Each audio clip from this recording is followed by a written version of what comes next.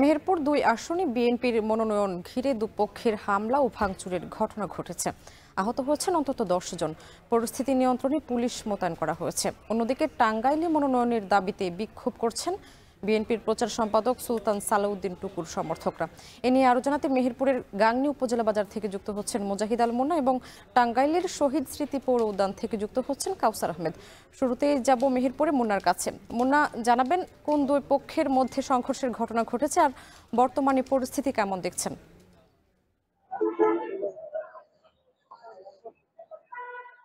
স্বামী, আপনাকে জানিয়ে রাখি, গতকালকে সন্ধ্যায় বিএনপির মহাসচিব মির্জা ফখরুল ইসলাম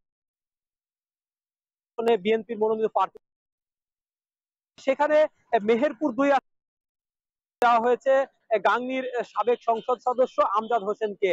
এই ঘটনার পরপরই কিন্তু গতকালকে রাতেই জেলা বিএনপির সভাপতি জাভেদ মাসুদ মিল্টনের সমর্থকরা প্রতিবাদ এবং মনোনয়ন বাতিলের দাবিতে বিক্ষোভ করে এবং সকালবেলাতে আমজাদ হোসেন দলীয় নেতাকর্মীদের সাথী নেতার কার্যালয়ের সামনে থেকে একটি মিছিল বের করার প্রস্তুতি নিচ্ছিল। এই সময় মিল্টনের সমর্থকরা অতর্কিতভাবে হামলা চালায়। এই ঘটনায় তাৎক্ষণিকভাবে বেশ কয়েকজন আহত হয় এবং সেই সময় বেশ কিছু মোটরসাইকেল কিন্তু ভাঙচুর করা হয়। এই ঘটনার পরে আমজাদের সমর্থকরা কিন্তু ওখান থেকে পালিয়ে যায়। পরে কিছুক্ষণ পরে আমজাদের সমর্থকরা পাল্টা হামলা চালায় জেলা বিএনপি সভাপতি জাভেদ মাসুদ মিল্টনের কার্যালয়ে। এই ঘটনায় জাভেদ মাসুদ মিল্টনের যে কার্যালয় সেটি কিন্তু অগ্নিসংযোগ সহ ভাঙচুর করা হয়।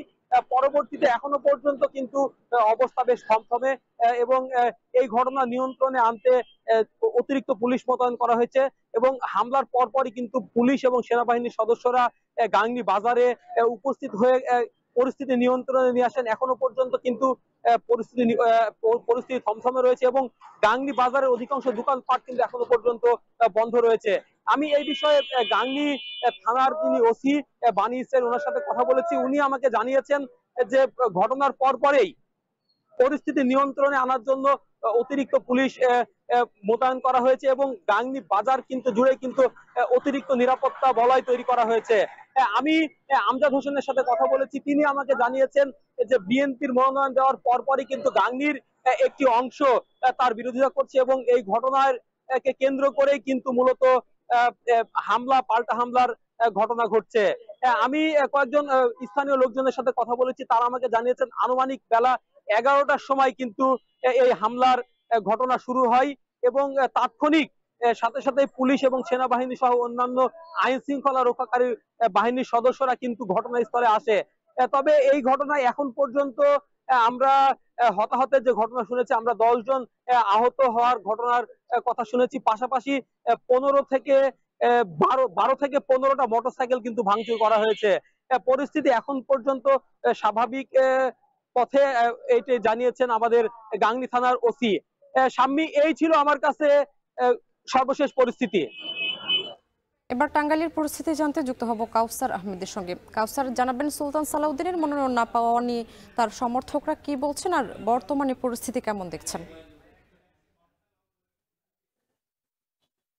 জি, স্বামী, এই সুলতান সালাউদ্দিন টুকুর অনুসারী যারা রয়েছেন তারা শহরে মিছিল শেষে এখন বিএনপির যে 31 দফা দাবি, সেই দাবিতে তারা লিফলেট বিতরণ করছেন। তারা বলছেন যে সুলতান সালাউদ্দিন টুকু একজন যোগ্য লোক, যে কারণে টাঙ্গাইল সদর আসনের মতো গুরুত্বপূর্ণ আসনে যদি তাকে মনোনয়ন দেওয়া হয় তাহলে একদিকে শিক্ষা থেকে চিকিৎসা পর্যন্ত সকল ক্ষেত্রেই কিন্তু উন্নয়ন করতে পারবেন এই সুলতান সালাউদ্দিন টুকু। এখানে তার যারা অনুসারী রয়েছেন তারা বলছেন যে বিগত দিনে টাঙ্গাইলে খুব একটা তেমন উন্নত হয়নি, টাঙ্গাইলে সন্ত্রাসের রাজত্ব কায়েম হয়েছে। তারা বলছেন যে বিএনপি কখনো সন্ত্রাস এবং চাঁদাবাজের সাথে যুক্ত না, যে কারণে তারা বলছেন যে সুলতান সালাউদ্দিন টুকুর মতো যোগ্য একজন নেতৃত্ব টাঙ্গাইল সদর আসনের প্রয়োজন। যে কারণেই তারা কিন্তু এই সকাল থেকে এই 31 দফার লিফলেট বিতরণের পাশাপাশি কিন্তু তারা দাবি করছেন যে এই টাঙ্গাইল সদর আসনে যে কেন্দ্রীয় বিএনপির প্রচার সম্পাদক রয়েছেন এই সুলতান সালাউদ্দিন টুকুকে মনোনয়ন দেওয়ার জন্য।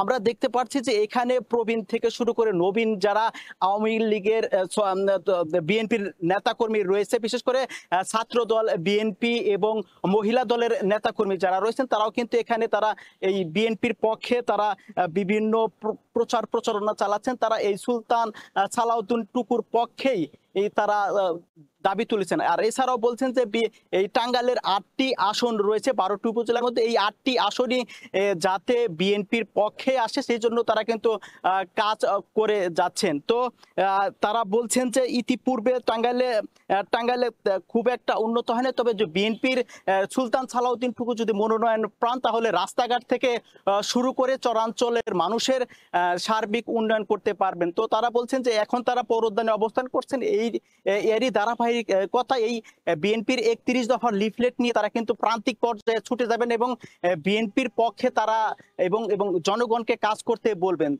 তো শাম্মী, এই ছিল আমার কাছে থেকে এই সুলতান সালাউদ্দিন টুকুর অনুসারীদের সর্বশেষ তথ্য। বিএনপির মনোনয়ন ঘিরে মেহেরপুরে বিক্ষোভ কর্মসূচি পালিত হচ্ছে এবং টাঙ্গাইলেও বিক্ষোভ কর্মসূচি পালিত হচ্ছে, সে খবর জানাচ্ছিলেন সহকর্মীরা।